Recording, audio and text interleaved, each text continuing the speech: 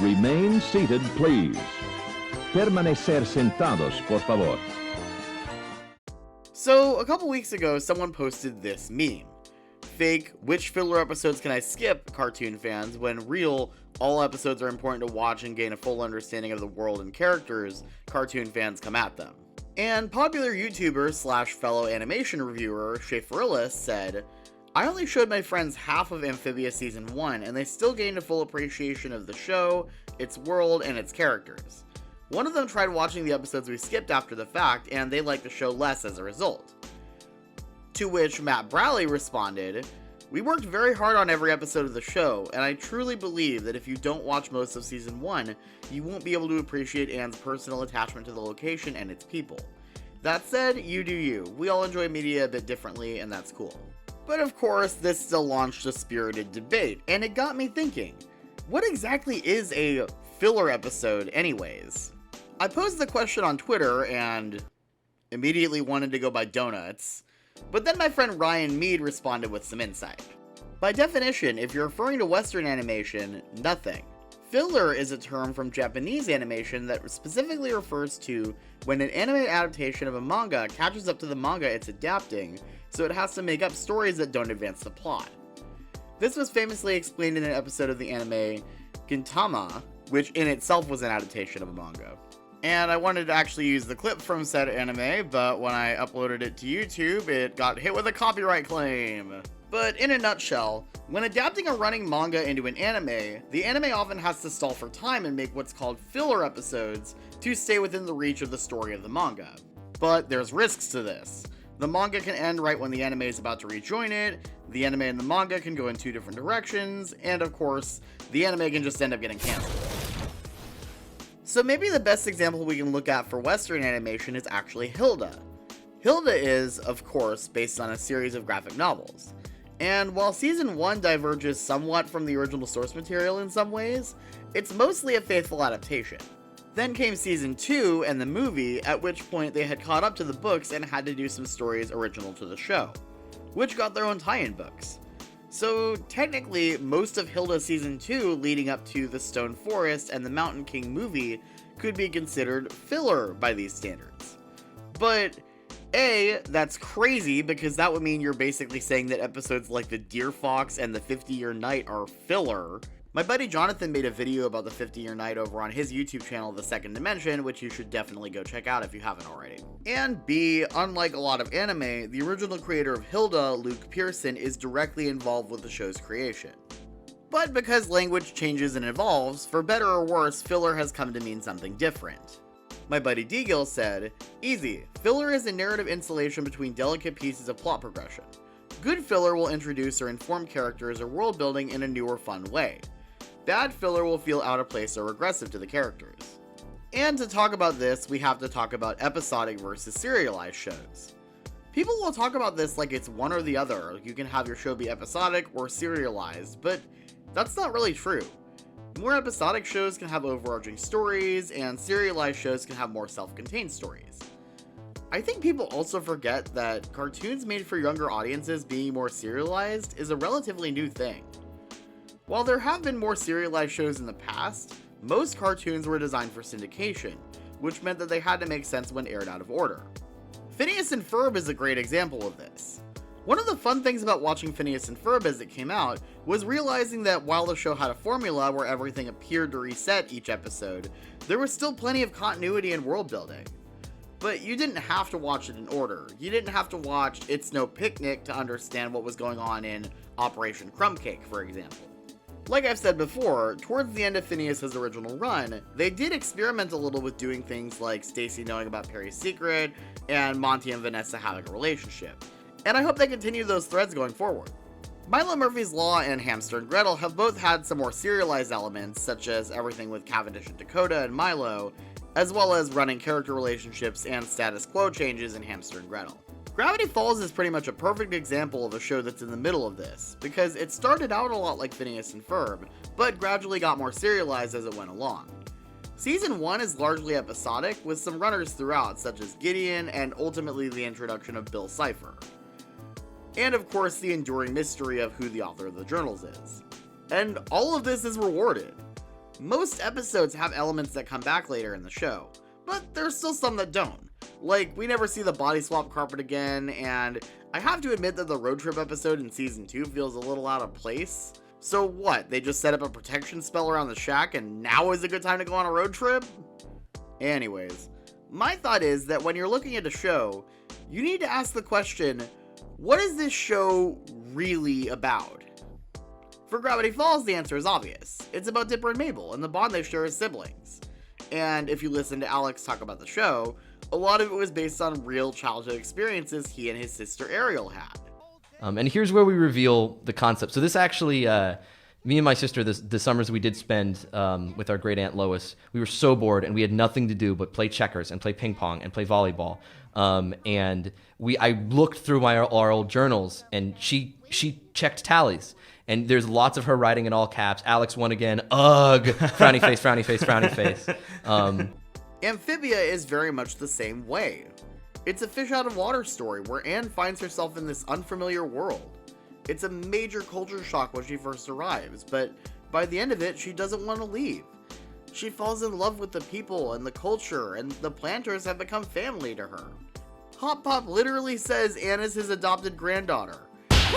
Street freaks! Oh, wait, no, it's just my granddaughter and my adopted granddaughter. Anne is like a big sister to Sprig and Polly. This was based directly on Matt Brawley's own life experiences and his own trips to Thailand he took as a kid. So if you're skipping quote-unquote filler episodes in season 1, you're doing yourself a disservice because you're missing out on a lot of Anne's development. I think it's especially a bad idea to skip an episode like Lily Pad Thai, which pulls double duty as introducing the audience to Anne's Thai heritage, as well as showing her bringing something she loves from her home to Amphibia. And this is flipped back around when the planters are on Earth and Anne tries to help them out when they're feeling homesick. Speaking of Amphibia Season 3A, a lot of people complain that Season 3A had too much filler. I will admit that it was a little weird to have Spider Sprig, Hop, hop, And away! You're never gonna solve systemic societal problems with a sock on your head! Watch me! paired up with Olivia and Yunnan.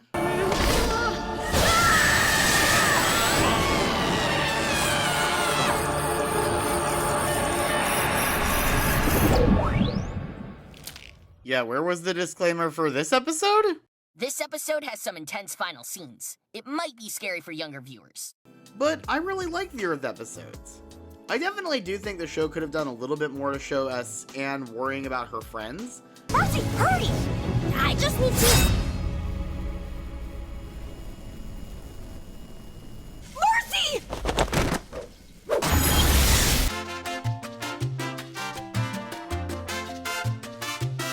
So much has happened. Do you think Marcy's... She's alive, Hop Pop. She's just gotta be. And with her and Sasha still stuck over there, one thing's for sure, we gotta find a way back. But once again, you have to remember, who is the show about? Amphibia is a fish out of water story about found family and learning from new experiences. So it makes sense that Season 3A would be largely about the planters getting used to Earth. Not only that, but the show is still ultimately a comedy, and I really love how Los Angeles feels so alive in Amphibia. There's some hilarious background characters. Robert Otto, Neighborhood Safety Supervisor. More like neighborhood butt cheek. Thanks for letting me borrow your TV. Just be careful. This thing is like a son to me. Junior! Must be some kind of performance piece. Someone's in trouble!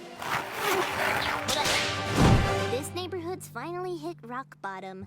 The sequence in Sprig's birthday with the out-of-control hot air balloon especially feels like something pulled straight out of Golden Age Phineas and Ferb. Well, Doc, I think you've done it. I think you've cured me of my fear of direct eye contact.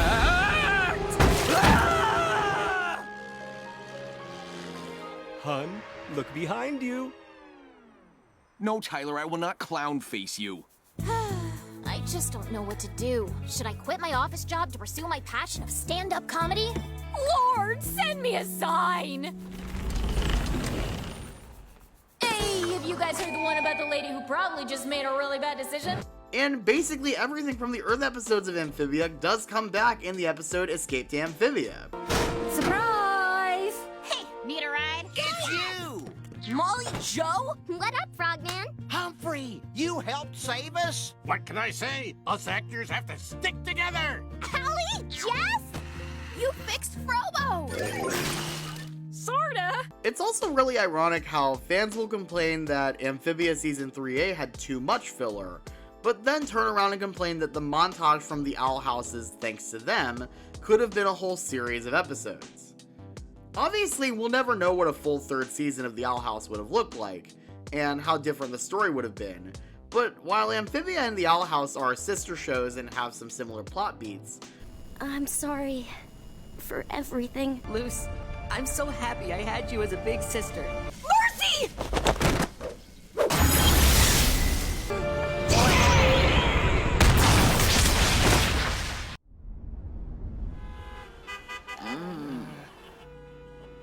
What the? Oh, my frog. What is this place? Home. No! Ying!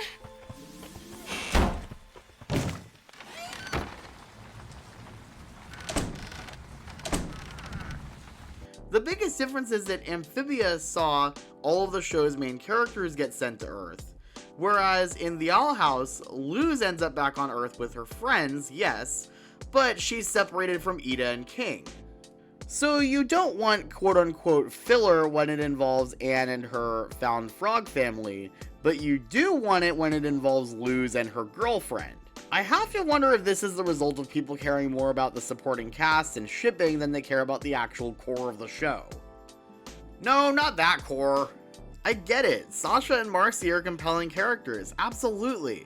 But if you showed someone who has never seen Amphibia before fan art of the show, they'd almost certainly think the show was a love triangle or a polyamorous teen romance centered around Anne, Sasha, and Marcy, and not the show it actually is centered around Anne, Sprig, Polly, and a Hot Pop.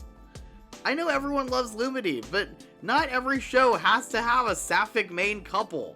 Part of having good LGBTQ representation is showing the supporting cast being LGBTQ too. The second half of Season 3 of Amphibia was actually really satisfying, largely because of all the elements of Season 1 that came back, and that was by design. Much like in Gravity Falls, things that seem inconsequential come back in various ways. Stuff like the spores and the caterpillars. Really, it feels like the only thing they didn't set up was the spell involving the stones and the sort of watcher thing at the end. Listen, Domino is not just a cat. She's the Alpha and Omega, an interdimensional being beyond all time and space. Actually, never mind. When the Owl House ended, a lot of people cried that it was, quote, the end of serialized storytelling at Disney TVA. Which is just stupid because they're literally developing serialized animated shows for Disney Plus as we speak. Some other people were also claiming that Haley's On It would be the next Owl House, which, yeah, it's clearly not. The only thing that would be stupider would be claiming that Kif is the next Owl House, and I don't see anyone doing that. And just to round things out, with the Ghost and Molly McGee, I've seen some people complain that the Chens haven't gotten a ton of screen time this season when their introduction was a big deal at the beginning of Season 2, and that this season is kind of unevenly paced. I can kind of see where people are coming from with the pacing, although personally, my biggest frustration is just that we haven't seen that much of June yet. But once again, you have to remember who our show's protagonists are. It's the Ghost and Molly McGee. The show is about Molly and Scratch. It's about their lives and their relationships. So it makes sense that the Chen family member we've seen the most of is the one that Molly is the closest to. And this back half set of episodes will have a lot more of the other Chens. But it's best to set your expectations accordingly. This is still an episodic show, and they play pretty fast and loose with the timeline. Like Father Like Libby actually takes place before the Season 2 premiere does. Here's hoppin'. You have a great bat mitzvah. What, bat mitzvah? Your bat mitzvah was months ago. Basically, most episodes of Molly McGee aren't advancing the plot, and that's totally fine because it's not that kind of show. I think with shows like Molly McGee and Amphibia, it might make more sense to adopt the language of Keystone episodes versus standard episodes that Kean Carlisle used in his Lab Rats review. So something like Soda to Remember, I Want to Dance with Some Molly, Frightmares on Main Street, and All in the Mind would be Keystone episodes, while episodes like It's Always Sunny in Sunnyland, A Doll to Die For, and Let's Play Turnip Ball are standalone episodes. Wax Museum? Standard episode. Marcy at the Gates? Keystone episode. You get the idea. I feel like the Netflix binge model has actually done a lot of damage to the way we watch television. People have such an instant gratification mindset when it comes to TV shows now. We want deep lore, everything needs to build to the next, to the next, to the next. People basically just want everything to be an 8-hour-long movie. When a new season of Stranger Things comes out, it's not a communal viewing experience because everyone has to figure out when they can sit down and watch the whole thing so that they can avoid spoilers. I strongly prefer how Disney Plus does it, where they drop new episodes of shows on a weekly basis. WandaVision was a breath of fresh air because it was a genuine mystery and we were all watching at a pace of 1 episode per week. I actually most recently binged seasons 1 and 2 of the Chucky TV series so that I could be caught up in time for season 3. And while I very much enjoyed binging those 2 seasons, I'm confident that season 3 will be even more fun to watch because I'm going to watch it weekly with my sister as it comes out. One of the big benefits of television compared to film is that you have more time. You can tell a longer story. So what if an episode doesn't directly advance the overall plot? I think that's a feature, not a bug. Whether you're watching The Ghost and Molly McGee, Ahsoka, or Chucky, so much of what's fun about watching a TV show that's airing weekly is the water cooler effect. Getting to chat with your friends about the shows, speculate, etc.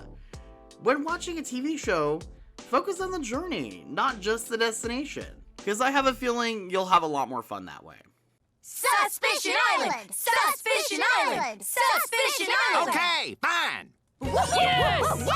But just one. It can't be Vivica. These pterodactyls are clones of my dead brother.